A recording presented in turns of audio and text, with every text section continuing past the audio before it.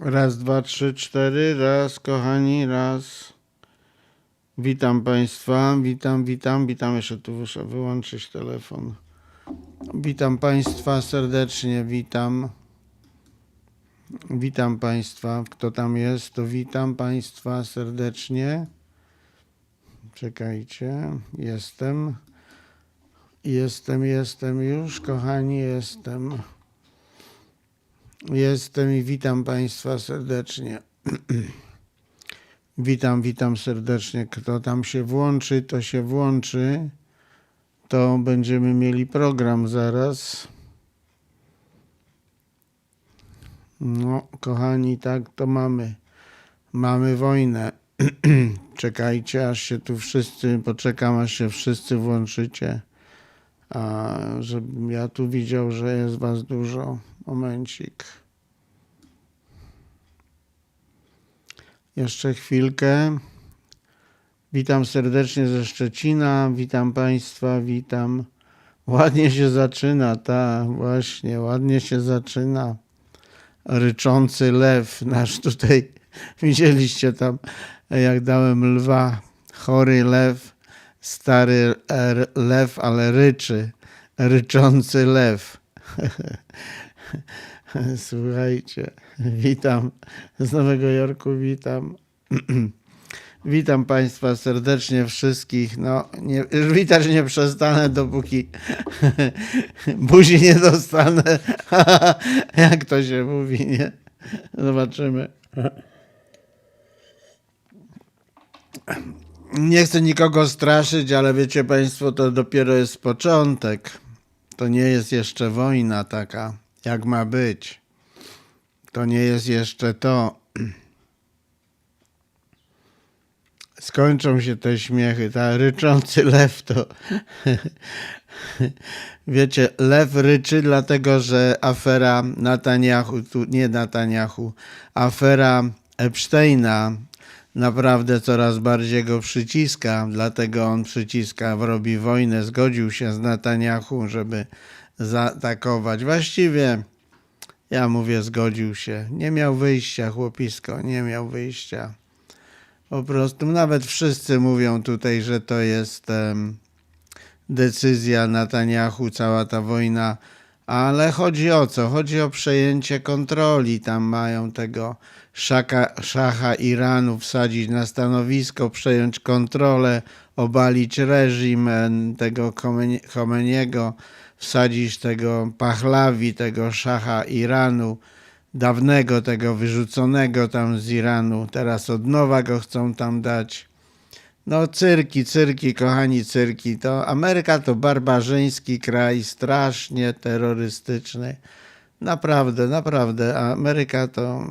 Ja tu mieszkam, ale mnie szlak trafia, jak patrzę, co ten rząd wyprawia nasz tutaj. Ale... Posłuchajcie, bo tu się rozgadam, a tu chodzi o to, żeby program przekazać Państwu informacje. Przekazuję informacje, jakie mam tutaj. Może powiem tylko, że jeszcze jest taka wiadomość, której nie ma w mediach nigdzie w ogóle tego nie ma, że w okresie przedwojennym, jeszcze przed tym, zanim nastąpił ten atak Izraela, oczywiście Izraela i Ameryki na Iran, no to na całym świecie są tak zwani tacy cicho ukryci agenci Iranu, wiecie Państwo? I oni mogą wywołać w tej chwili właśnie, takie ataki terrorystyczne i tutaj właśnie dowiedziałem się właściwie po cichu, że 15 miast amerykańskich jest zagrożonych atakami terrorystycznymi przez tych właśnie, to mówią po angielsku, to jest taki cichy taki cell, taki ukryci tacy no walczący właśnie terroryści, ukryci są. No i mają oni teraz zaatakować między innymi Filadelfię. Ale Filadelfię, Nowy Jork, Waszyngton, Los Angeles, no i 15 miast, nie będę tu wszystkich wyliczał. To jest niepublikowana wiadomość, o której Na pewno media chyba nie powiedzą, nie wiem. Może się wydarzyć to dzisiaj, jutro. Mogą być ataki terrorystyczne potężne. No ale przejdę do wiadomości i zaczynamy.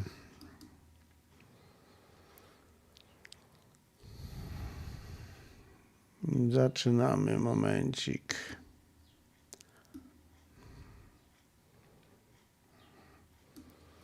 No, Trump zapowiedział te amerykańsko-izraelskie ataki na Iran. Eksperci ostrzegają przed możliwym zaostrzeniem konfliktu. Stany Zjednoczone i Izrael rozpoczęły w sobotę skoordynowane ataki na Iran, eskalując napięcia na Bliskim Wschodzie, gdy prezydent Donald Trump ogłosił rozpoczęcie, jak to określił, dużej operacji wojskowej. Operacja, oni to się nauczyli po Rosji to wszystko. Duża operacja wojskowa. No wojna, normalna wojna, a nie jakaś operacja wojskowa.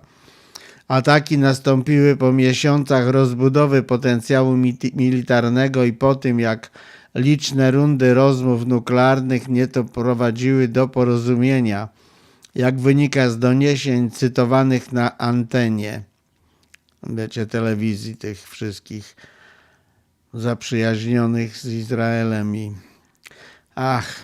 Iran odpowiedział odwetowymi atakami rakietowymi i dronami, co wywołało alarm w Izraelu. Wzbudziło obawy, że konflikt może rozszerzyć się na więcej niż jeden dzień walk. Dodam tutaj, że przemawiał Donald Trump, powiedział przed chwilą, właściwie przed może godziną, dwoma, że to będzie walka, która będzie trwała tak długo, jak to będzie potrzeba, że zginie dużo, ale to dużo żołnierzy amerykańskich. Nie mówił już o innych osobach, bo to inne osoby to zwierzęta, to nie ma co, ale tylko mówi o tych, co w Ameryce są jeszcze ludzie. To zginie dużo żołnierzy amerykańskich, ale o zwierzętach już nie mówi. Natomiast powiedział tylko tyle, że tutaj chodzi o zmianę reżimu oficjalnie już teraz i tu nie chodzi o żadne jakieś uzdatnianie uranu czy o jakieś bzdury, które były tam negocjowane. A Iran poinformował o ofiarach ataków już, w tym o oficjalnych śmiertelnych w szkole dla dziewcząt, podczas gdy przedstawiciele USA i Izraela nie potwierdzili tych doniesień, natomiast sytuacja się rozwija. Urzędnicy, analitycy, czekajcie, tu powiedzieli ile osób tu zginęło, czekajcie, w tej korespondencji nie ma, ponad 50 dzieci zginęło. Sytuacja się rozwija, a urzędnicy, analitycy ostrzegają przed szerszymi skutkami regionalnymi i gospodarczymi, w tym przed zagrożeniami dla szlaków żeglugowych i rynków energii. Ja tu bym powiedział dużo, ale muszę uważać. I jakie informacje można przekazać? Momencik. Powiem Państwu, że Polska jest gotowa, właściwie przygotowywana jest Polska do wysłania wojska na obronę Izraela. Polskie wojsko i lotnictwo, jakie tam jest, to jest, ale przypuśćmy, że tam mają jakieś 2-3 samoloty, może wyślą na pewno. A Iran mówi, że zatopi amerykańskie okręty. Ogromne przesłanie Chomeniego do Trumpa w związku z atakami USA i Izraela na Iran. Najwyższy przywódca Iranu, Ajatolla Chomeni, ostrzega przed wojną regionalną, jeśli Stany Zjednoczone zaatakują po intensywnym rozmieszczeniu sił zbrojnych przez Waszyngton w Zatoce Perskiej. Amerykanie powinni wiedzieć, że jeśli rozpoczną wojnę, tym razem będzie to wojna regionalna. powiedział Chomeni w przemówieniu wyemitowanym w telewizji państwowej. No ale zaatakowali i teraz poniosą tego konsekwencje, bo Amerykanie myślą, że ciągle myślą, że są potęgą światową. Ja nie myślę tego tak, ja tak nie myślę. Niespodziewana zemsta Iranu. Rakiety uderzają w 5 baz USA. Eksplozje wstrząsają Arabią Saudyjską, Zjednoczonymi Emiratami Arabskimi, Katarem i Bahranem. Konflikt na Bliskim Wschodzie dramatycznie się zaostrzył po tym, jak Iran rozpoczął zmasowany kontratak. Po izraelskich uprzednich atakach irańskie rakiety miały trafić w państwa Zatoki Perskiej, w których znajdują się bazy wojskowe USA, wywołując eksplozje w całym regionie, zmuszając wiele krajów do zamknięcia przestrzeni powietrznej. Do eksplozji doszło w Abu Dhabi, Doha, Riyadzie i innych lokalizacjach, gdy irańskie rakiety zaatakowały główne instalacje powiązane z USA, w tym bazy w Katarze, Kuwejcie, Zjednoczone Emiraty Arabskie i Bahrajnie. Władze Zjednoczonych Emiratów Arabskich potwierdziły przechwycenie pocisków balistycznych, ale spadające odłamki uderzyły w dzielnicę mieszkalną w Abu Dhabi, zabijając jedną osobę, powodując szkody. Może ja pokażę kawałek wideo. Czekajcie Państwo. Pokażę kawałek wideo, co się tam dzieje, że mnie tu nie zabiją za to. A to będzie później też ten temat, bo to Putin włącza się do wojny. Loty zostały zawieszone w niektórych częściach Zatoki Perskiej, a zamknięcie przestrzeni powietrznej rozprzestrzeniło się od Kataru po Zjednoczone Emiraty Arabskie i Syrię. Siły jordańskie przechwytywały także rakiety nad swoimi terytoriami, gdy konflikt rozszerzył się poza Izrael i Iran. Tu temat jest właśnie na zdjęciach. Widzicie, że Putin się dołącza. Trump załamuje się, gdy generał nazywa go hańbą. Napięcia polityczne wzrosły po tym, jak emerytowany generał publicznie skrytykował Donalda Trumpa w niezwykle ostrych słowach, nazywając jego działania hańbą w szeroko rozpowszechnionym oświadczeniu.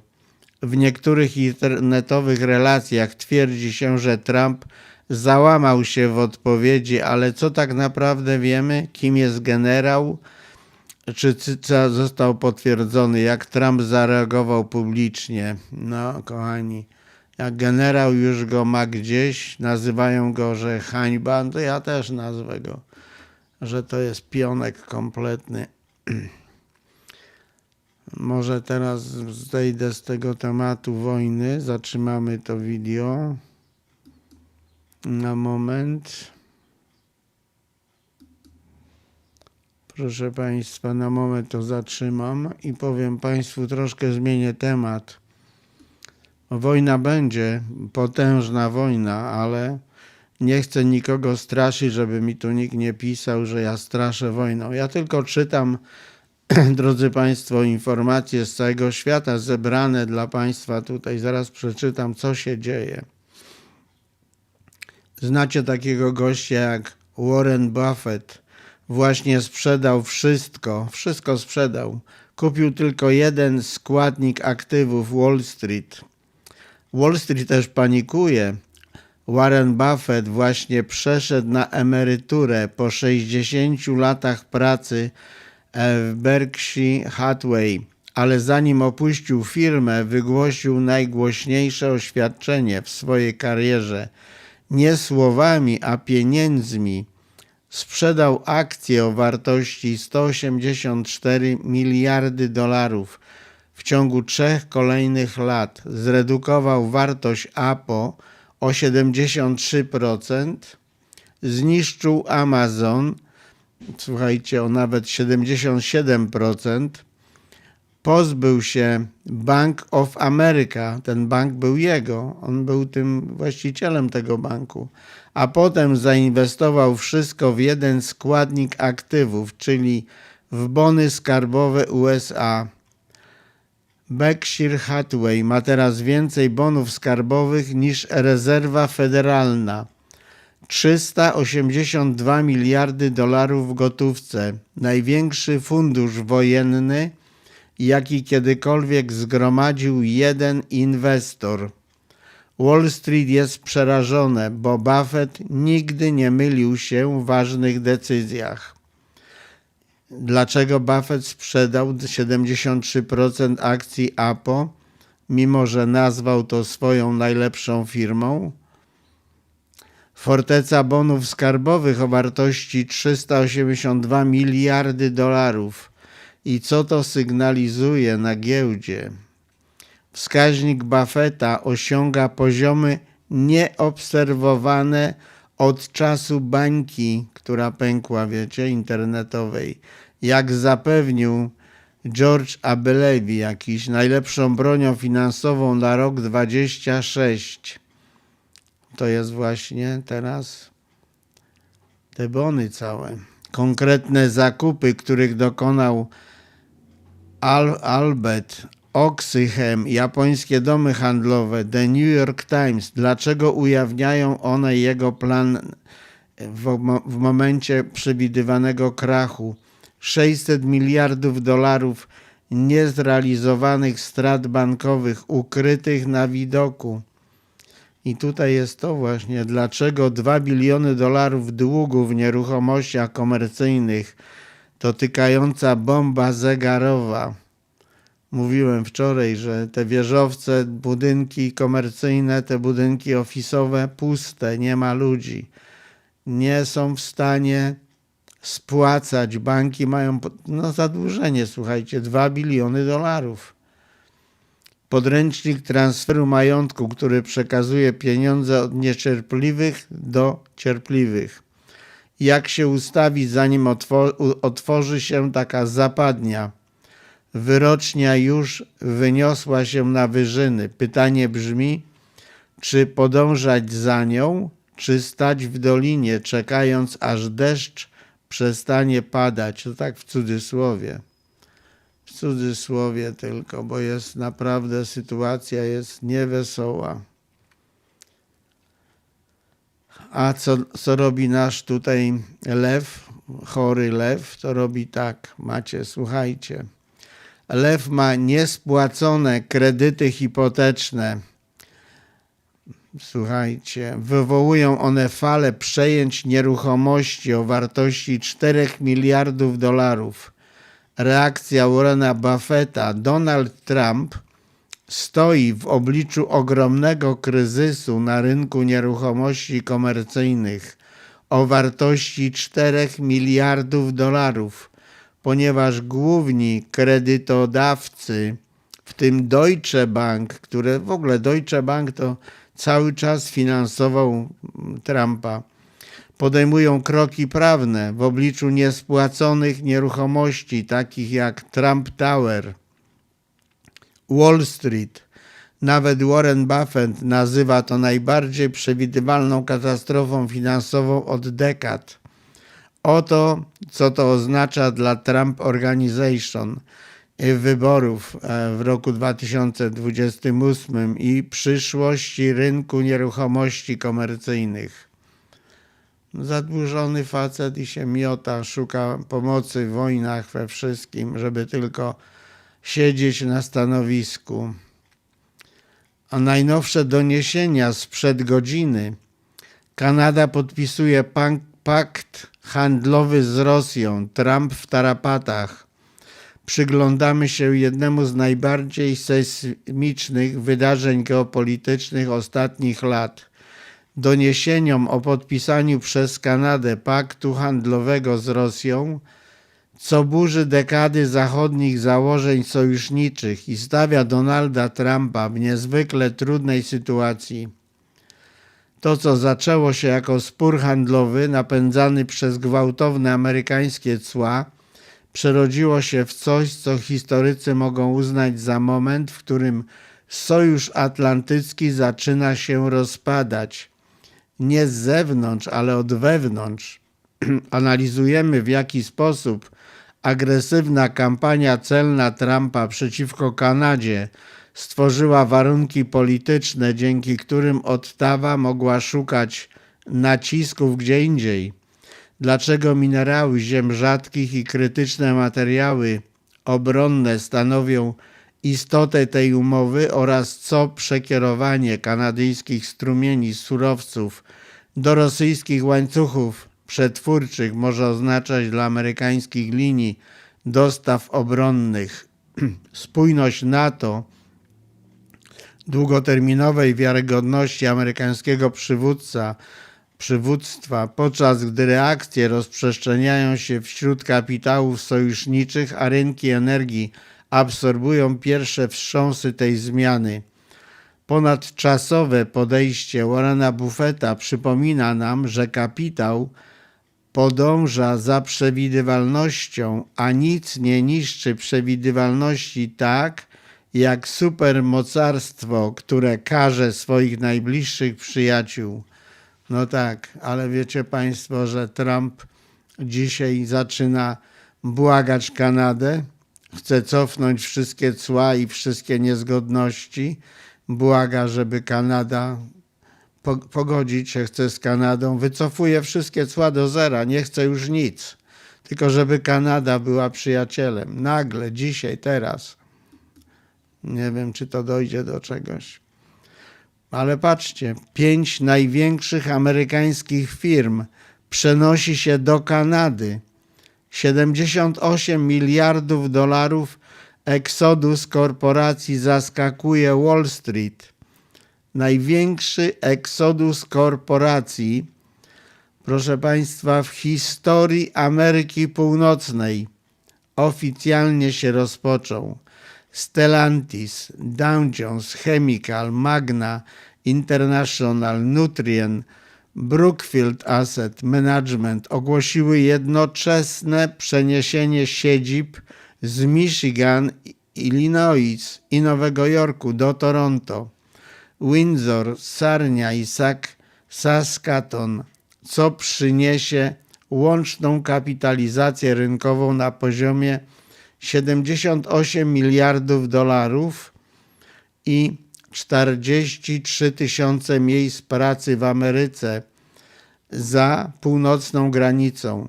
Impulsem do tego była kanadyjska inicjatywa Projekt Magnat, pakiet zachęt o wartości 14 miliardów dolarów, oferujący 12,5% stawkę podatku od osób prawnych przez 10 lat. W porównaniu ze stawką 21% w USA. Zerowe obciążenie taryfowe Unii Europejskiej w ramach CETA oraz dotacje na nieruchomości komercyjne w 5 kanadyjskich miastach. Poufne badania Izby Handlowej USA, które wyciekło do Bloomberga, ujawnia, że 23 kolejne firmy z listy Fortune 500, tych największych firm, 23 kochani, prowadzą aktywne badania dotyczące relokacji. Zaufanie prezesów do amerykańskiej polityki handlowej spadło do 22%, czyli najniższego poziomu od czasu utworzenia indeksu w roku 1987. Biuro Budżetowe Kongresu przewiduje roczną stratę 12,4 miliarda dolarów w dochodach z podatków federalnych każdego roku. Na stałe, kochani, na stałe, tak będzie cały czas. Co roku będzie Ameryka tracić. Biały Dom jest w stanie paniki. A dlaczego? Tam przecież rządzi tym wszystkim Howard Lutnick, a prezydent grozi powołaniem się na ustawę IPA w celu zamrożenia aktywów korporacyjnych. Tak, na pewno. Cła, które miały sprowadzić firmy do domu, to był plan Lutnicka, Howarda, że sprowadzi firmy do domu, do Ameryki, po prostu zepchnęły je na północ. To wyjaśnia kanadyjską operację rekrutacyjną Projekt Magnet. niszczycielskie mechanizmy finansowe, korporacyjne, eksodus inwestycyjny oraz katastrofalne, długoterminowe konsekwencje dla amerykańskich dochodów podatkowych, społeczności produkcyjnych i amerykańskiej supremacji gospodarczej. Kochani, to wszystko jest... Problem jest Lutnika, Howarda Lutnika, który wprowadził to zamieszanie. Tło i tajna operacja rekrutacyjna kanadyjskiego projektu Magnet. 5 firm wymienionych, kto odszedł, dokąd się udał i dlaczego. No, zwykła matematyka taryfowa, która sprawiła, że opuszczenie Ameryki było racjonalnym wyborem. Kochani, upadek Midland, Audubon Hill i Deerfield, upadek społeczności, no i kolejne firmy w kolejce. Panika, reakcja Białego Domu, Trumpa i groźba IPA. Co dalej? Co dalej będzie? Wojna będzie. Zmieńmy temat. A nie, jeszcze mało tego, co ten nasz pomarańczowy robił. Patrzcie, słuchajcie. Umowy licencyjne Trumpa anulowane w 67 krajach. Upadek marki Trumpa. Słuchajcie, Buffett odpowiada. Globalna marka Donalda Trumpa stoi w obliczu ogromnych wstrząsów, ponieważ umowy licencyjne w 67 krajach anulowane lub renegocjowane w obliczu dystansu międzynarodowych partnerów, kurczenia się źródeł przychodów Trump Organization stoi w obliczu dramatycznego upadku marki. Tymczasem Warren Buffett rozważa, co ta bezprecedensowa zmiana oznacza dla współczesnej wyceny marek i ryzyka politycznego w biznesie. Słuchajcie, Trump jechał cały czas na pożyczkach z Deutsche Banku, który teraz trzeba spłacać. Nie ma kasy. Leży wszystko.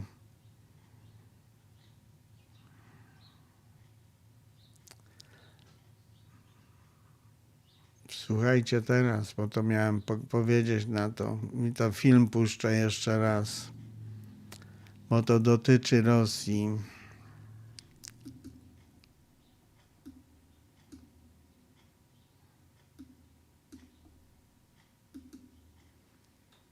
To dotyczy Rosji, to sobie oglądajcie ten mały materiał. A Rosja wpada w szał w sprawie Iranu. Doradca Putina rzuca wyzwanie Trumpowi. Zobaczymy, kto przetrwa. Rosja ostro zareagowała na wspólne ataki USA i Izraela na Iran. Dmitrij Miedwiediew, wiceprzewodniczący Rady Bezpieczeństwa Rosji i bliski sojusznik prezydenta Władimira Putina, skrytykował operację i określił niedawne działania dyplomatyczne z Teheranem jako przykrywkę. Bezpośrednio zaatakował prezydenta USA Donalda Trumpa, kwestionując długoterminową determinację Waszyngtonu i porównując historię Ameryki z historią starożytnej cywilizacji perskiej.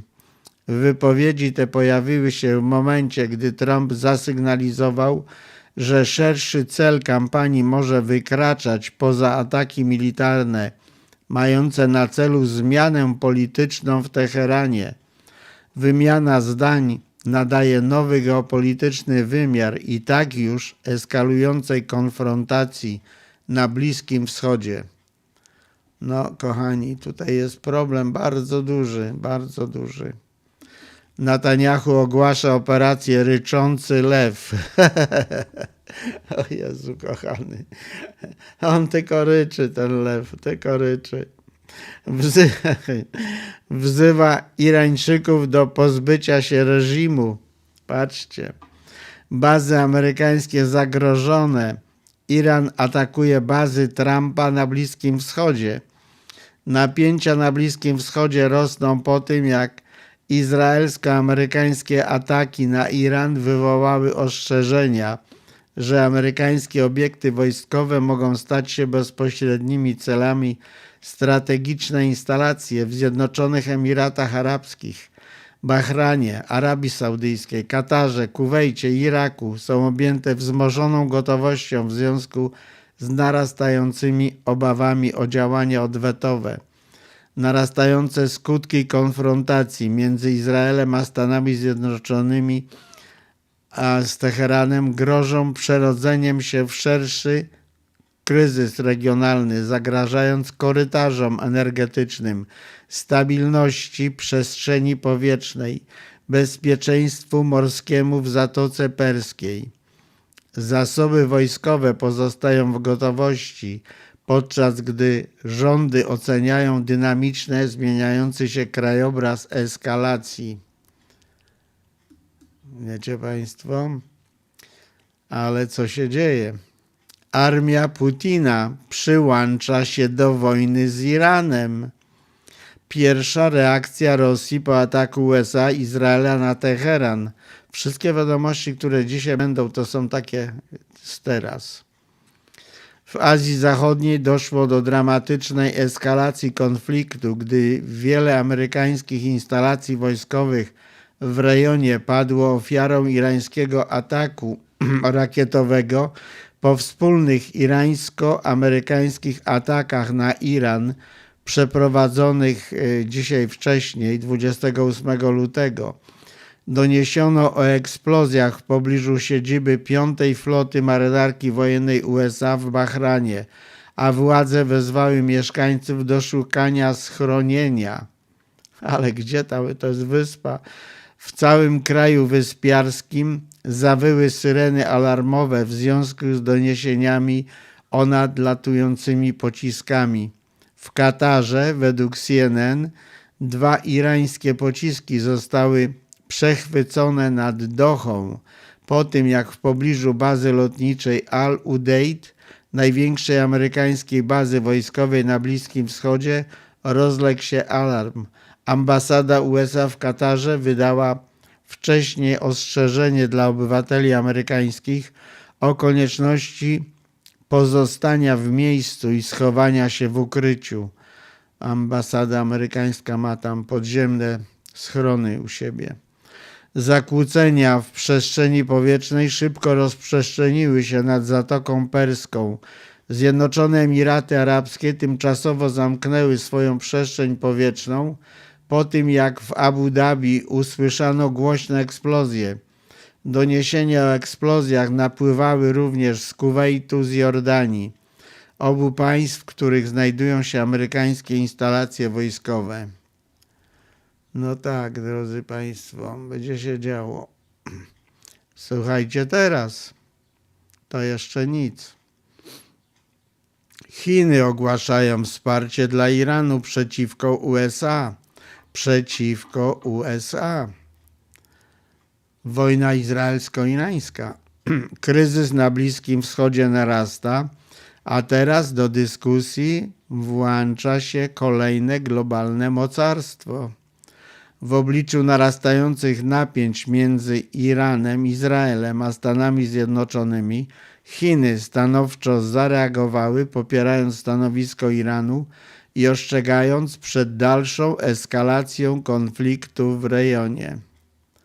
Pekin skrytykował działania militarne i wezwał państwa do poszanowania suwerenności, sygnalizując wsparcie dla Teheranu.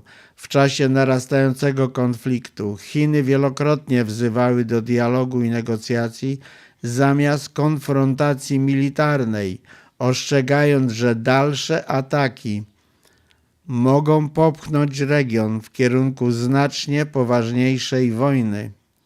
Naprawdę, może być bardzo źle, jeśli ten ryczący lew się nie opamięta. Katastrofa radiologiczna. Putin zasypuje Trumpa ogniem. Wspiera Iran w walce z izraelsko-amerykańską agresją. Widzicie, że to już nie chodzi o amerykańską agresję, chodzi o izraelsko-amerykańską agresję. Rosyjskie Ministerstwo Spraw Zagranicznych potępiło ataki Stanów Zjednoczonych i Izraela na Iran, nazywając je zaplanowanym i niesprowokowanym aktem zbrojnej agresji przeciwko suwerennemu, niepodległemu państwu członkowskiemu ONZ. W oświadczeniu opublikowanym na Telegramie rosyjskie Ministerstwo Spraw Zagranicznych oskarżyło Waszyngton i Tel Awiw o ukrywanie się za obawami dotyczącymi irańskiego programu nuklearnego, ale dążąc jednocześnie do zmiany reżimu. No cały czas chodzi, żeby na stanowisko wsadzić tego szacha Iranu dawnego, wygonionego. Pahlawi, nie? O to chodzi. Żeby miała Ameryka kontrolę nad złożami ropy, bo chodzi o to, żeby odciąć Chiny od dostaw ropy. Wiecie, tu cały czas chodzi o dedolaryzację też.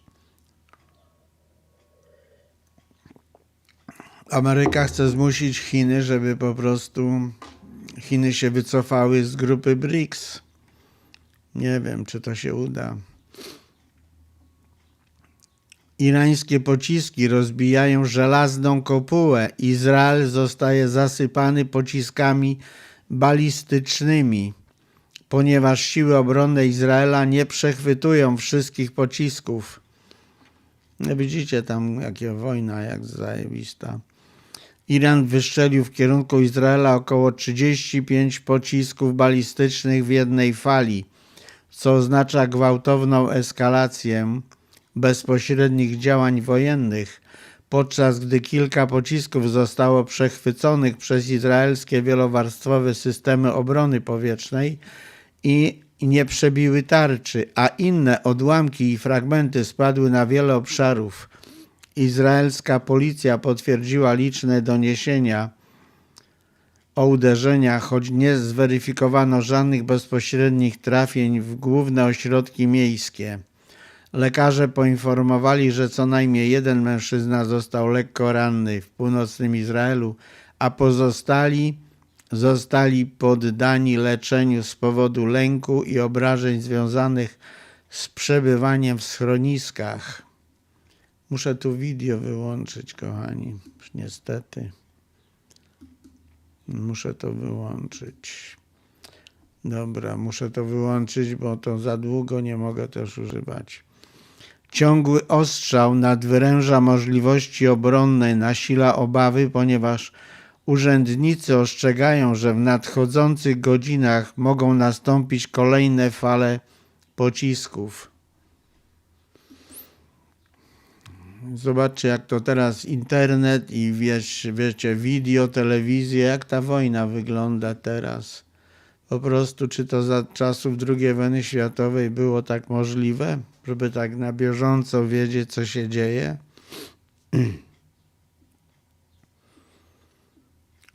Kochani, teraz to mamy tak, wszystko mamy, ja mam 1000 stacji telewizyjnych z całego świata.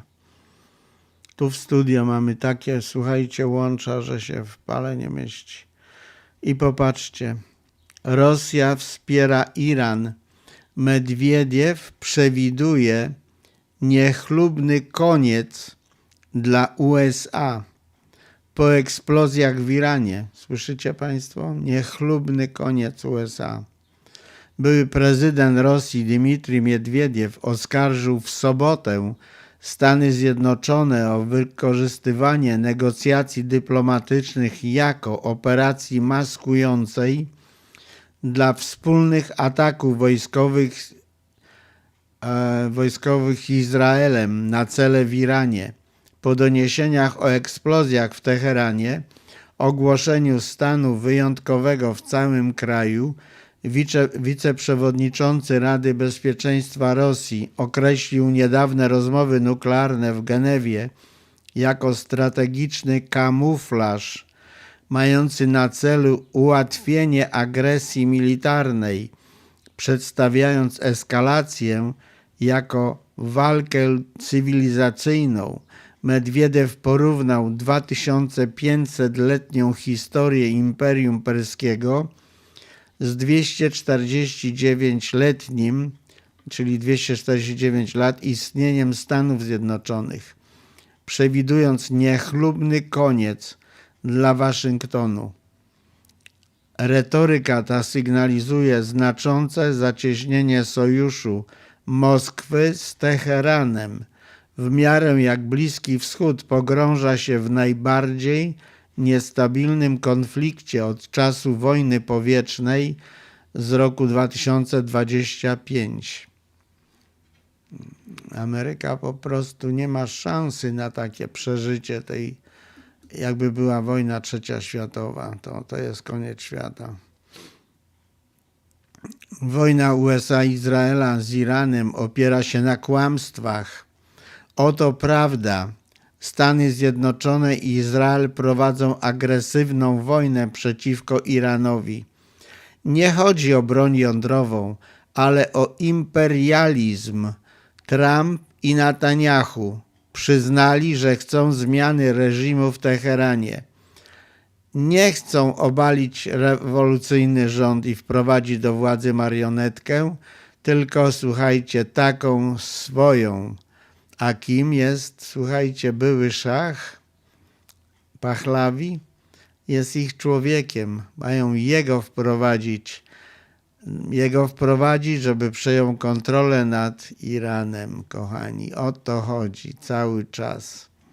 Bo chcą kontrolować ropę, gdzie ropa idzie, broń Boże, do Chin. No widzicie Państwo, o co chodzi?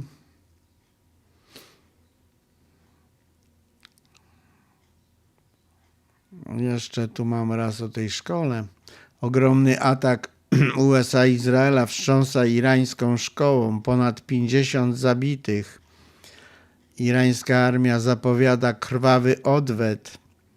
Tragiczny atak uderzył w szkołę dla dziewcząt w Minab w Iranie podczas eskalującego konfliktu między Izraelem, Stanami Zjednoczonymi i Iranem, w wyniku którego zginęły dziesiątki uczennic.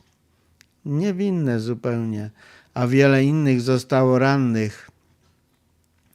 Państwowe media donoszą, że szkoła podstawowa została zaatakowana w trakcie wspólnych operacji wojskowych, co spotkało się z powszechnym potępieniem i pogłębia napięcia regionalne. Służby ratunkowe kontynuują poszukiwania i ratownictwo, a władze oceniają pełną skalę ofiar wśród ludności cywilnej. Incydent wywołał międzynarodowe oburzenie. No i co z tego, kochani? Co z tego? A apel o pociągnięcie winnych do odpowiedzialności w obliczu narastającego konfliktu, słuchajcie, będą bez odpowiedzi. Nigdy nikt nie będzie odpowiadał za zabójstwa. Tam zginie setki tysięcy ludzi, w tym też tysiące Amerykanów w tej wojnie. Tysiące. Ale kto rządzi światem?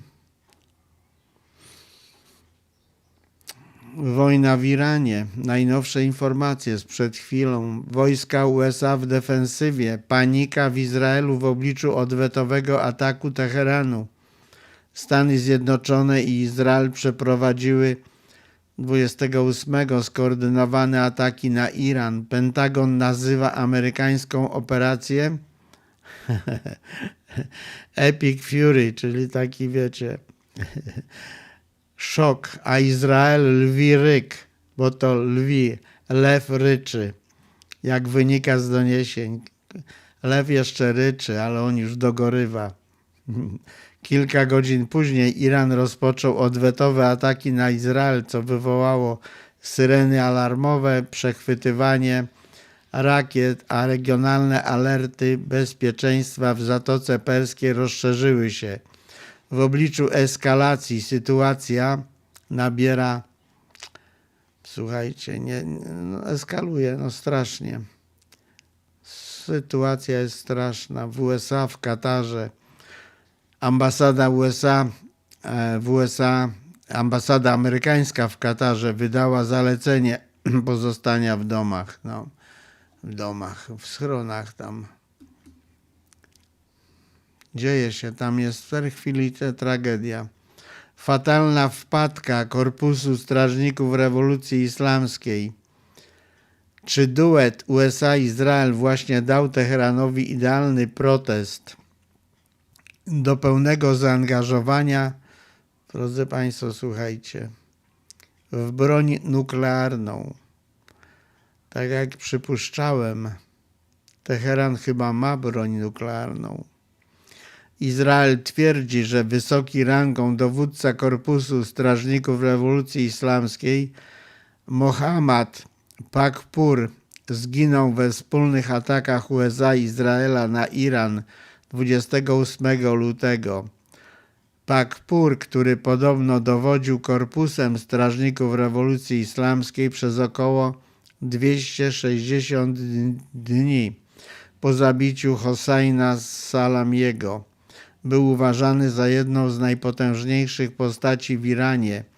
Niedawno ostrzegł Izrael i Stany Zjednoczone, aby unikały błędnych kalkulacji, mówiąc, że Teheran jest bardziej gotowy niż kiedykolwiek. Po atakach Iran przeprowadził ataki rakietowe na bazy amerykańskie w Zatoce Perskiej, celując w północny Izrael. Benjamin Netanyahu i Donald Trump zapowiedzieli dalsze działania. Oczywiście, tak. Dalsze. Musicie. Paszli w pi. Koszmar sił obronnych Izraela. Nieudany atak na Chomeniego rozpala piekło. Irańskie pociski spadają, amerykańskie bazy są atakowane. Pojawiają się wstępne szczegóły amerykańsko-izraelskiego pakietu uderzeniowego na Iran. Według izraelskiego urzędnika cytowanego przez The Times of Israel, wśród celów pierwszej fali ataków byli najwyższy przywódca Iranu Ajatollah Chomeni i prezydent Masud Pezeshkian. Kilka godzin później Iran rozpoczął potężny ostrzał odwetowy w kierunku Izraela. Izraelskie media doniosły o wystrzeleniu co najmniej 35 pocisków i opadnięciu odłamków w wielu miejscach, w wyniku czego co najmniej jedna osoba została lekko ranna. Napięcia regionalne również wzrosły, gdy irańskie władze i komunikaty powiązane z Korpusem Strażników Rewolucji Islamskiej doniosły o atakach na liczne amerykańskie obiekty w Zatoce Perskiej, a doniesienia śledziły skutki i przechwycenia w kilku krajach. To wojna trwa na całego. Ale co jest gotowe, słuchajcie. Pocisk rakietowy Huti o zasięgu 1950 km jest gotowy, gdy Iran atakuje pozycje USA i, słuchajcie, Izrael. Oto lista, ale ja nie mogę podać. W związku z tym, że Iran rozpoczął ataki rakietowe i dronami na bazy amerykańskie na Bliskim Wschodzie, po wspólnych amerykańsko-izraelskich atakach na infrastrukturę wojskową wspierany przez Iran ruch Huti w Jemenie ostrzegł, że wznowi ataki na Izrael i kluczowe szlaki żeglugowe. The Times of Israel doniósł, że wysocy rangą urzędnicy Huti zasygnalizowali rychłe ataki potencjalnie w ciągu kilku godzin. Analitycy twierdzą, że arsenał grupy obejmuje irańskie warianty pocisków Tofan, Quds i Sulfiak, tak się nazywają te pociski, zdolne do atakowania odległych celów.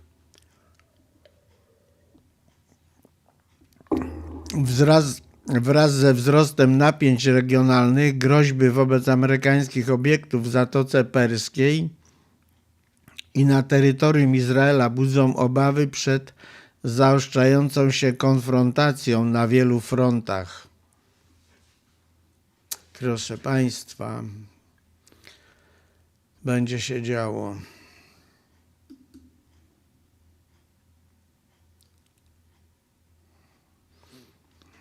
Będzie się działo, muszę coś tu zrobić.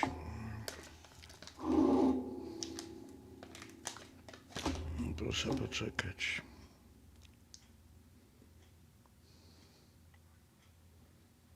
Muszę coś sprawdzić, proszę Państwa, chwileczkę.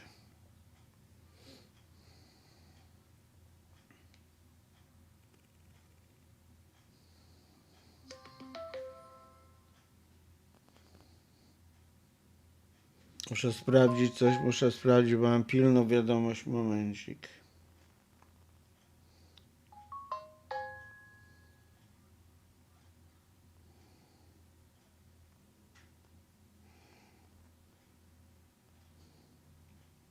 Chwileczkę.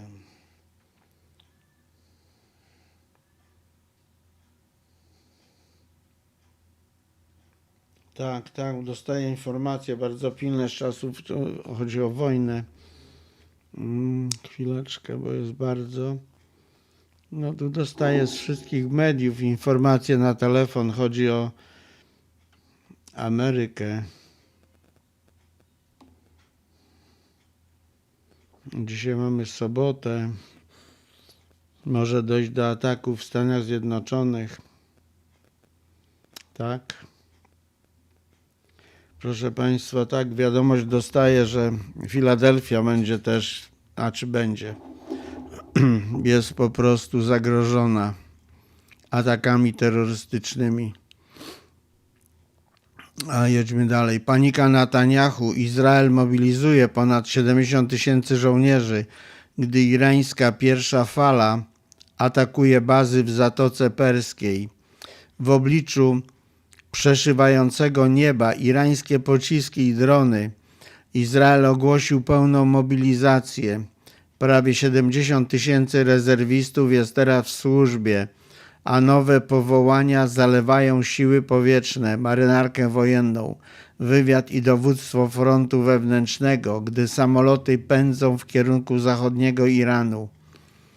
Tel Awiw potwierdza nową falę uderzeń na cele reżimu, podczas gdy irańskie media twierdzą, że salwy pierwszej fali uderzyły nie tylko w Izrael, ale także w powiązane z USA obiekty w Bahrajnie, Zjednoczonych Emiratach Arabskich i Katarze. W związku z doniesieniami o poważnych zniszczeniach w kluczowych bazach Korpusu Strażników Rewolucji Islamskiej i amerykańsko-izraelską kampanię powietrzną określoną jako ogromną i trwającą.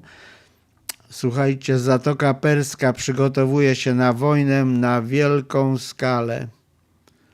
No proszę Państwa, no będzie problem, bo tam nie przepłynie żaden statek z ropą. Macie tajne irańskie tunele rakietowe pod cieśniną Ormus. Amerykańskie lotniskowce ujawnione.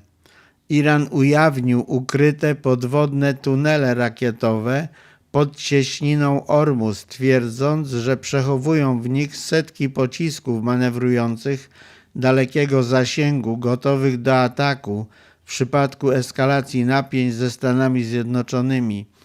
Te strategiczne systemy obronne mogą zagrozić amerykańskim lotniskowcom i siłom morskim na jednym z najważniejszych szlaków żeglugowych świata, czyli wolnym gardle, przez które codziennie przepływa prawie 20% światowego handlu ropą naftową. Co to oznacza dla relacji amerykańsko-irańskich, stabilności regionalnej i rynków globalnych? Proszę Państwa, to tyle, co miałem przygotowanych w tej chwili dla Państwa.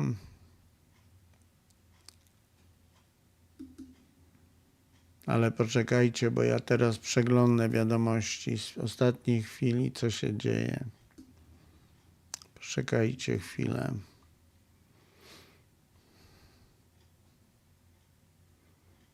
Bo dzieje się.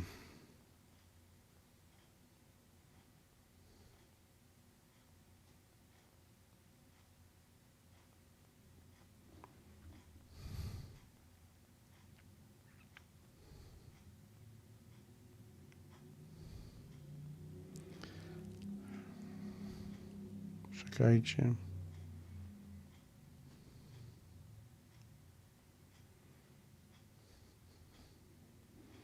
Proszę Państwa, jest wojna jak cholera. Normalnie wojna. Z tym, że powiem Wam, że martwi mnie to najbardziej, że Chiny, Rosja i jeszcze Korea, moment, bo ciągle wiadomości będę chyba dostawał, chodzi o wojnę i atak w Ameryce. Czekajcie Państwo, bo ja tu dostaję, moment, co to się dzieje,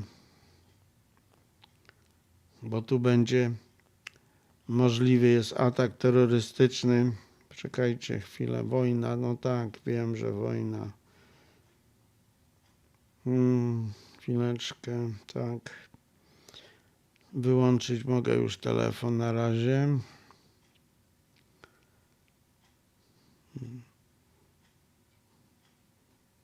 Mam kolegów policjantów, ostrzegają przed atakiem terrorystycznym, który może być, żebym siedział w domu. Sobie wyobrażacie? Coś takiego? W sobotę mam siedzieć? Ja w studio jestem, nie w domu nawet.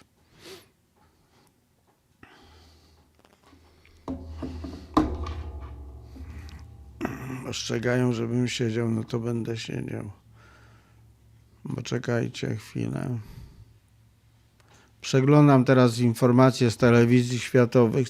No wojna, jest wojna. Ataki, strzelanina i wybuchy. Dzieje się, tylko zobaczmy, czy coś jest takiego. No ale co tu będzie? Będzie wojna, trzecia wojna wielka, ale nie chcę straszyć nikogo.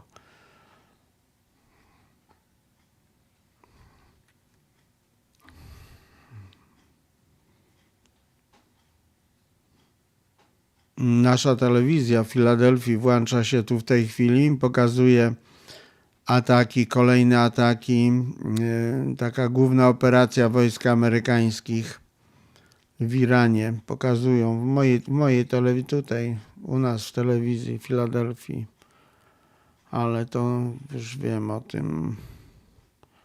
Chwileczkę.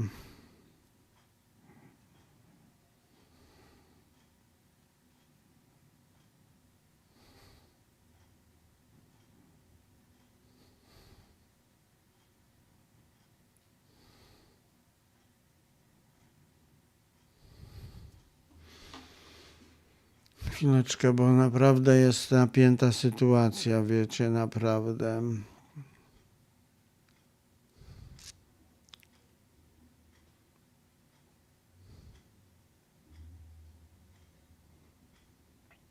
Bo ciągle się wydaje, że Iran jednak ma jakąś broń atomową i jak będzie tak dalej, to może ją użyć. Tak wygląda z tego. Bo to jest raczej niemożliwe, żeby oni tak długo nie mogli zrobić broni atomowej. Cały czas przedłużali te wszystkie negocjacje, wszystko, żeby tylko...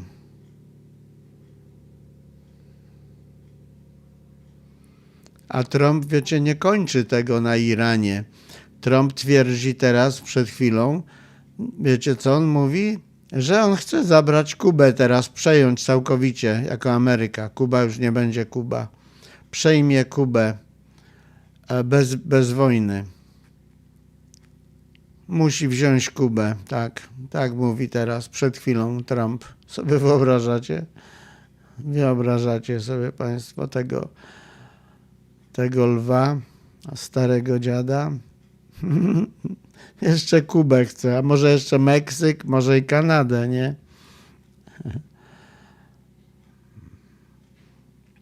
Ten Wentz, cały wiceprezydent też się nie nadaje na prezydenta, nie, w życiu. To się nie nadaje. Czekajcie Państwo.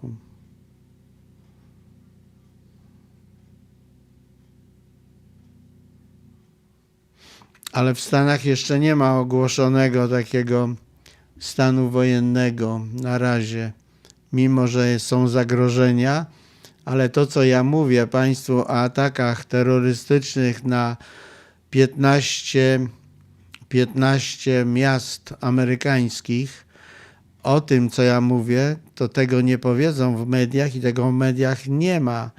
Ja te informacje mam z zupełnie innych źródeł, których nie mogę powiedzieć, ale tego nie ma w mediach. To jest po prostu, to już wiedzą służby o tym. Nie chcą ludzi straszyć, bo by była panika okropna. Wyobraźcie sobie Państwo, co mogą myśleć mieszkańcy Nowego Jorku, czy nawet Filadelfii, nie? Ale ja wiem o tym, że jest, bo człowiek tu nie jest sam.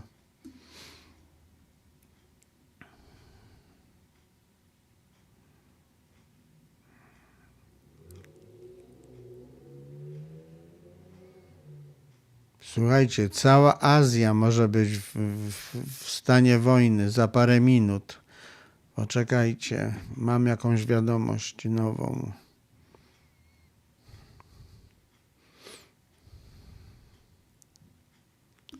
Bo tu chodzi o to, że muzułmanie mogą się w końcu zebrać na cały po prostu z całego świata. Czekajcie Państwo. No tak, przeczytam Wam tą wiadomość, bo jest ciekawa. Momencik, tylko muszę ją przerzucić. To jest teraz na żywo, więc powiem Państwu, 88 minut temu wiadomość taka się pokazała. To ja Państwu powiem, co się pokazało.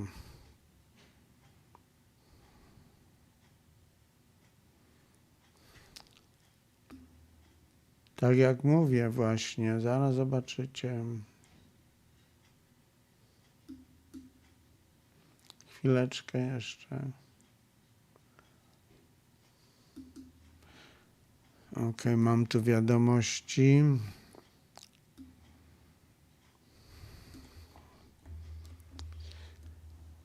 Oj Boże, to co nam było potrzeba to?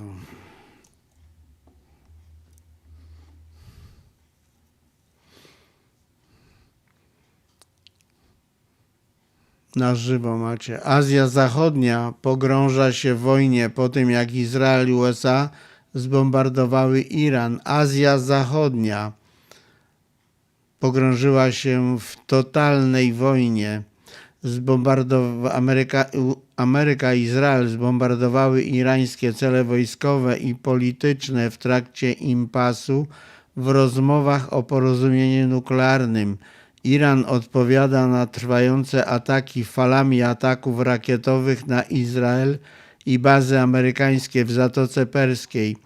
Czy istnieje wyjście z sytuacji dla obu stron? Co dalej z Azją Zachodnią? Kochani, co dalej będzie? Co się będzie działo? Wiecie Państwo? Bo ja nie wiem. Ale popatrzę, co tu się dzieje, kochani. Poczekajcie. Ja po prostu widzę, co się dzieje.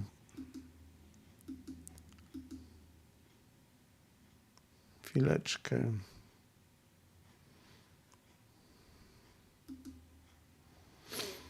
Proszę poczekać.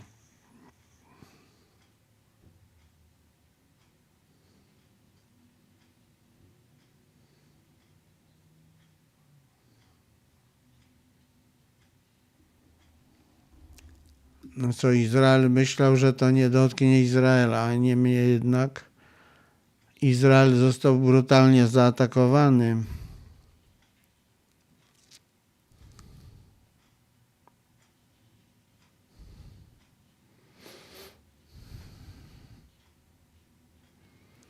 No wojna, potężna wojna jest, kochani. Oglądam, cały czas widzę w różnych telewizjach, przeglądam Times of India, inne różne stacje telewizyjne pokazują na żywo, ale co będę pokazywał? Wybuchy.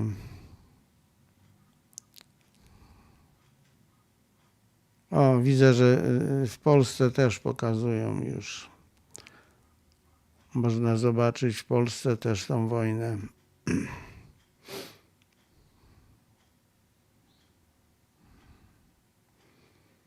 No, Iran zaatakował bazy wojskowe w Bahrajnie, w Katarze, w Arabii Saudyjskiej, Emiratach Arabskich, tam właściwie.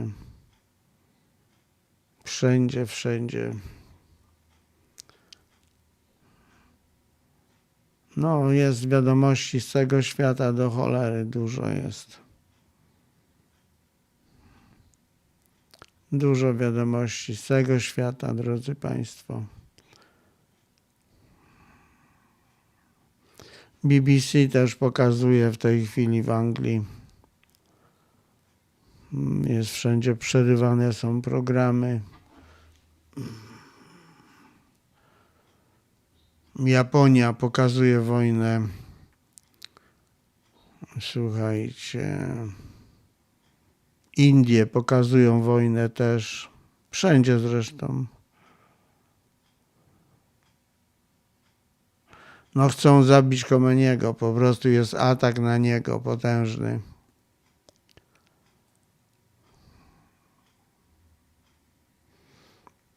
Straszny atak, żeby Chomeniego zabić. Wszystko jest po to. Bo jak nie, to będzie wojna trwała nie wiadomo ile. Okej, słuchajcie, mam wiadomość z ostatnich 15 minut. Poczekajcie, zobaczę co to jest, ale nie jest za ciekawa wiadomość. Oh my God. Oh my God. Oglądam chińską telewizję rządową. Zaraz wam powiem, co się dzieje.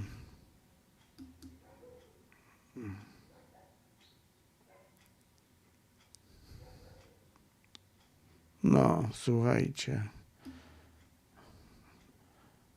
Potężne, ale szkoda nawet mówić. Zaraz wam powiem, co się dzieje. Nie wesoło, w każdym bądź razie nie wesoło.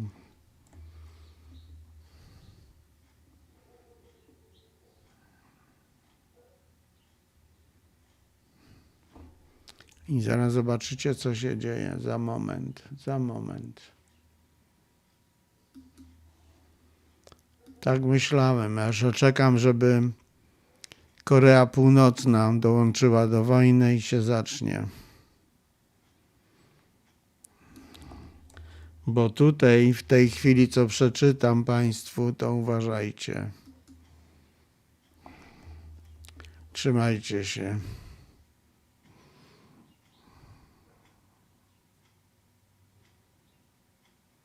Chiny oficjalnie ogłaszają wsparcie militarne dla Iranu. Czekajcie.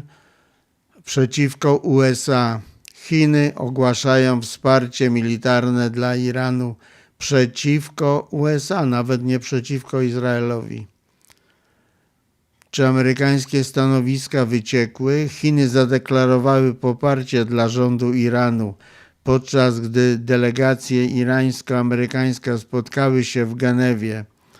Rzecznik chińskiego Ministerstwa Spraw Zagranicznych Mao Ning powiedział, że Pekin stanowczo sprzeciwia się użyciu siły lub groźbie jej użycia w stosunkach międzynarodowych.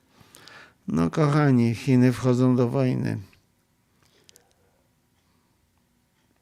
Chiny, słuchajcie, opublikowały zdjęcia, które najwyraźniej pokazują 11 amerykańskich myśliwców w izraelskiej bazie lotniczej. Słuchajcie Państwo, Iran jest bliski sfinalizowania umowy z Chinami na zakup naddźwiękowych pocisków manewrujących, zaprojektowanych do mijania systemów obrony rakietowej. No kochani, tutaj się będzie działo. Chiny, Iran wspierają Mao Ning-tam Pekin. Słuchajcie, makabra.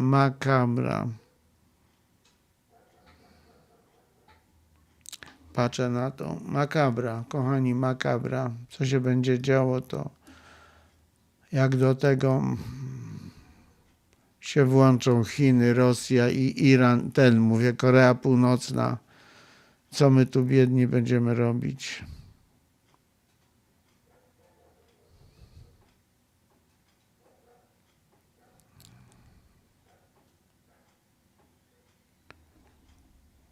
Czekajcie, bo tu się dzieje znowu.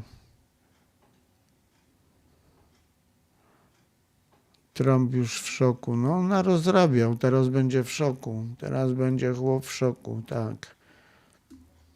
On już nie ma szansy być prezydentem w 2026.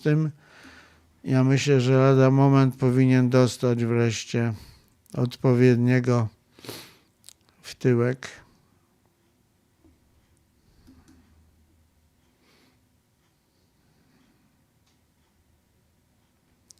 No miałem wiadomość znowu niesamowita. Wszystko z ostatniej chwili, to 10 minut temu powiem Państwu, co się dzieje.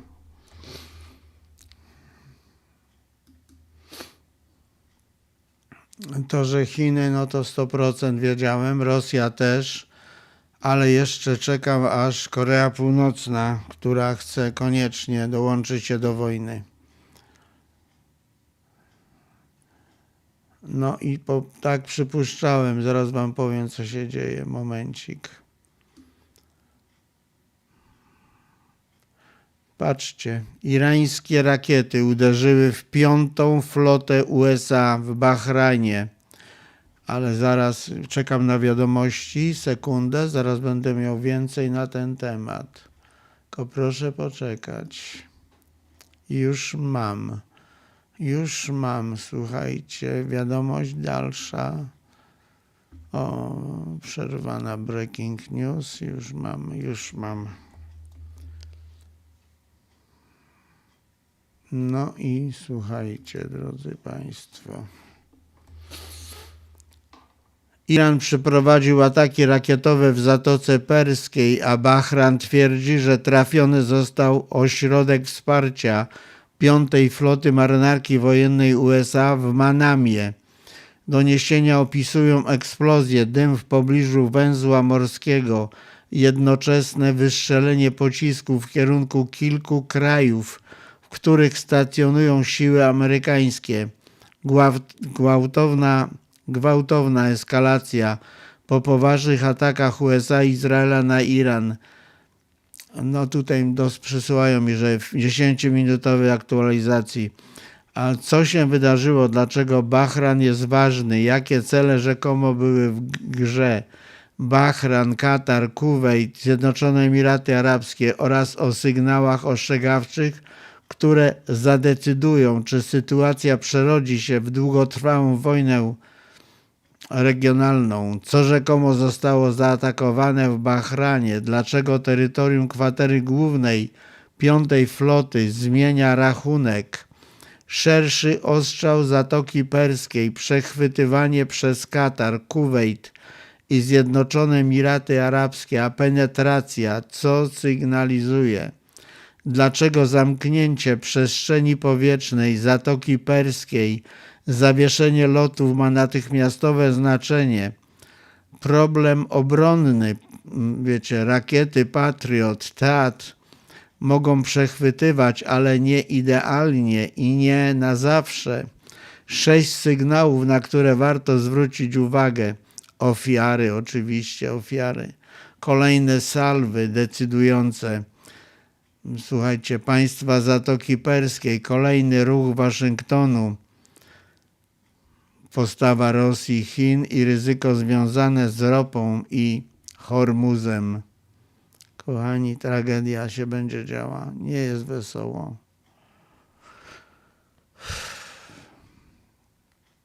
Rosja, Chiny już wchodzą do tej wojny.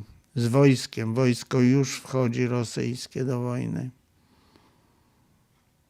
Chiny już też w drodze.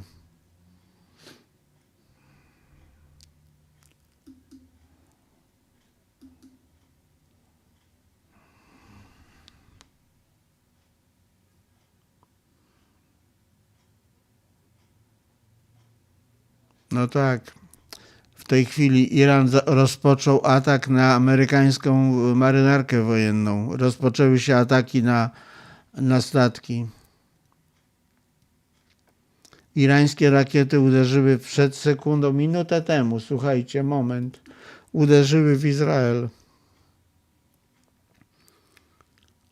Słuchajcie, minutę, nawet nie będę tutaj czytał, tylko wam powiem, co się dzieje.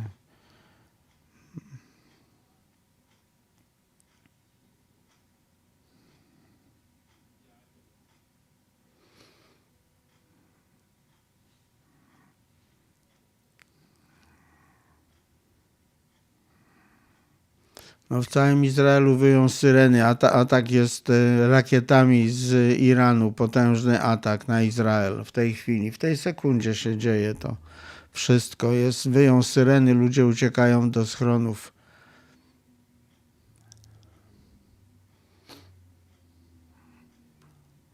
Nawet jest wideo, ale nie mogę tu wszystkiego pokazać. Może i będę mógł, poczekajcie. No ludzie uciekają, na ulicach pustki, ludzie uciekają do schronów, wyją syreny. To na żywo oglądam z Tel Awiwu teraz. I to nie jest jakaś relacja filmowa, tylko na żywo. Moment, dobra, zostawmy to. Moment, zobaczmy dalej, co się dzieje.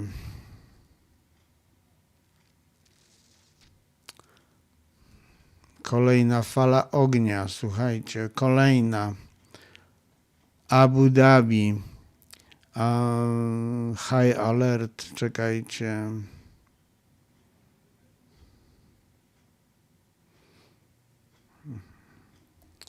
Niesamowita wojna, kochani. To nie jest to, co tam gdzieś za granicą Polski. Tu jest wojna taka zajebista. Chwileczkę.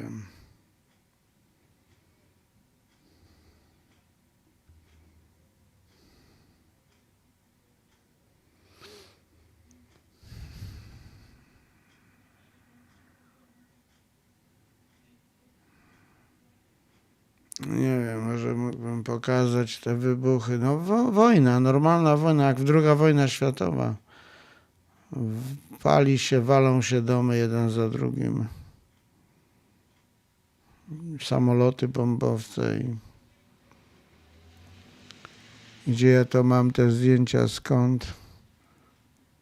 Abu Dhabi, kochany, Abu Dhabi.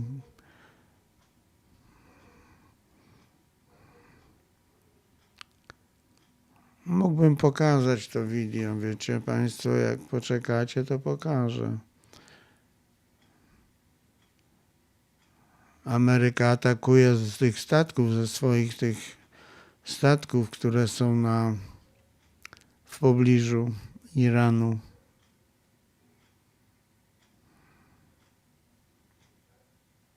Niesamowita wojna jest.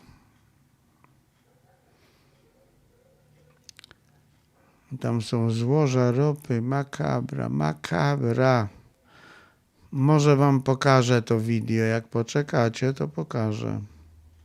Ale nie jest to takie szybkie. Muszę wziąć to wideo, pobrać najpierw i pokażę zaraz.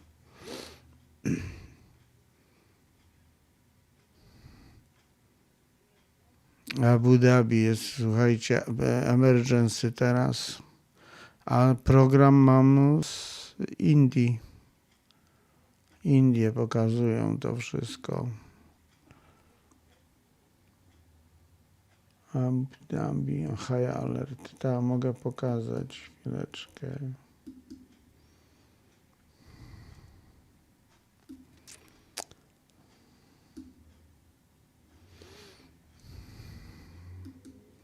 Zaraz pokażę, dobrze?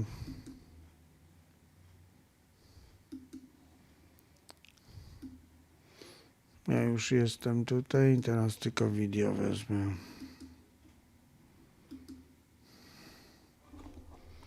Abu Dhabi. Nie wiem, czy ktoś lubi oglądać wojnę, ale pokażę to, co mam.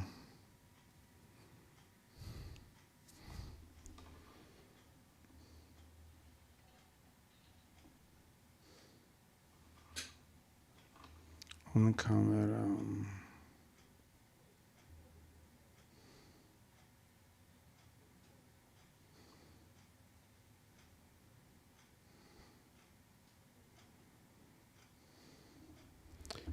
Okej, mam już to wideo. Mogę pokazać teraz troszkę.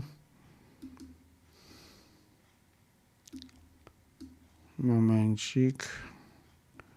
Abu Dhabi pokazuje już. The United Arab Emirates says it has successfully intercepted a new wave of Iranian ballistic missiles as Jak tensions wygląda across the wojna? region Muszę tutaj Abu continue to Dhabi escalate. głos wywalić. O, nie wolno głosu dawać. Muszę troszkę tu zmniejszyć, żeby mnie nie haczyło. Ok. No, zobaczcie, co się dzieje. Ale to dopiero wszystko, kochani, to się zaczęło. To jest początek wielkiej wojny. Wielka wojna będzie. Są nagrania z telefonów komórkowych różne.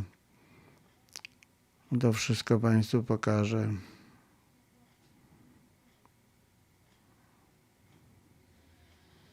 Tak wyglądają sceny z Abu Dhabi.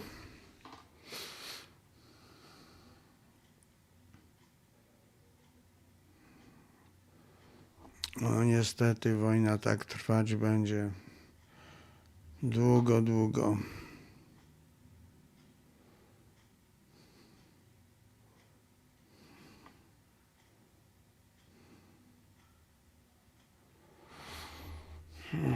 Niestety musimy to jakoś, ja nie wiem co zrobić, ale musimy przeczekać, no bo co? Ale wszędzie wojna grozi, wszędzie. Jest bardzo niebezpieczny okres dla nas wszystkich. Zobaczcie, co się dzieje. Katar, Abu Dhabi, wszędzie.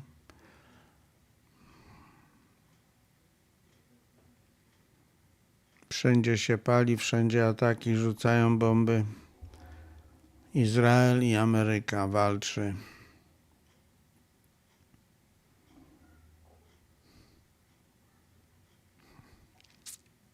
Dobrze, kochani, ja nie będę tutaj was trzymał na antenie cały czas, bo to nie jest nic takiego, wiecie Państwo. Nie wiem sam już, co mam powiedzieć.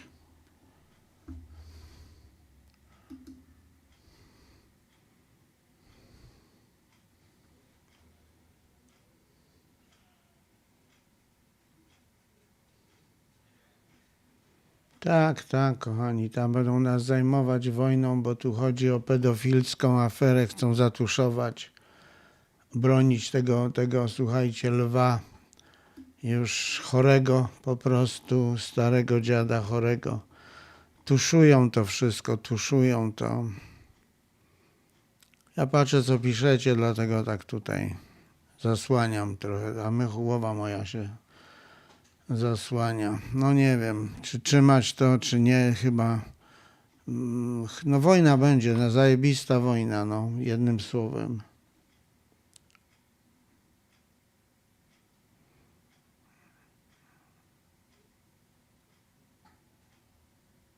Wszystkie kraje pokazują, nie tylko Al Jazeera, wszystkie stacje telewizyjne pokazują, wszystkie.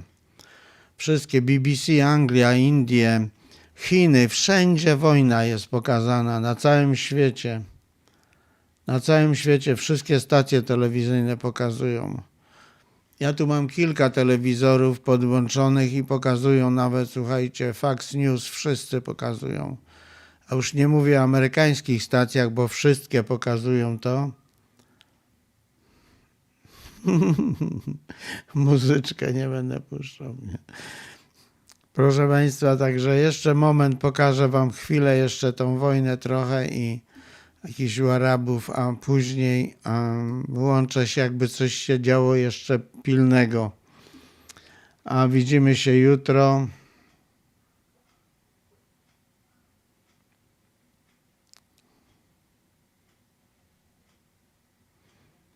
Pani Elżbieta pisze, że jakieś bajdurki mówię.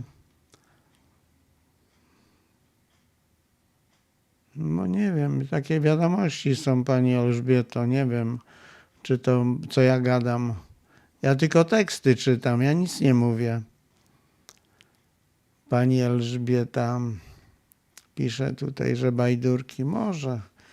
Może bajdurki, dla niej to bajdurki, dla mnie to są wiadomości, newsy.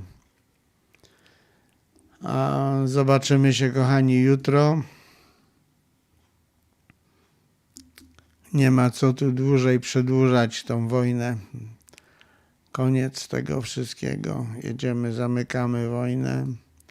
I teraz możemy wrócić do wiadomości, które zobaczycie jutro. Będziemy wiedzieli, co się dzieje, jak ten lew tutaj ryczy dalej, co się dzieje. Jedna ważna wiadomość jest taka, że nagle ten nasz lew, stary lew się obudził i błaga teraz Kanadę, żeby Kanada jednak została przyjacielem Ameryki, bo widzi, że Ameryka przykręciła, słuchajcie, dostawy ropy do Ameryki, wyłączyła prąd w Ameryce. Ameryka jest skończona bez Kanady, musi mieć Kanadę. Dlatego Trump dzisiaj nagle i ten Howard Lutnick, ten największa zaraza, jaka tam jest w Ameryce, to po prostu prosi Kanadę, że już wycofuje się, z żadnego cła nie będą płacić, nic nie będzie. Błaga Kanadę, żeby wróciła, zaczęła normalnie pracować z Ameryką. Już nie grozi, że będzie atakował Kanadę, że zabierze Kanadę. Tylko błaga. Ja mówiłem, że będzie. Nikt jego w dupę nie całuje, to teraz on będzie całował wszystkich. Żeby wszyscy wrócili. Od Ameryki wszystko ucieka. Wszystkie firmy, duże kompanie. Mówiłem, już 23 firmy kolejne czekają, żeby uciekać do Kanady. No i tak to będzie. To z ostatniej chwili wiadomość. Trump błaga Kanadę na kolanach. Na razie. Na kolanach, a będzie jeszcze całował. Zobaczycie.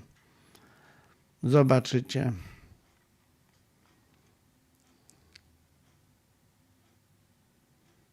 Tak, panie Piotrze, tak, oni mają pozamiatane.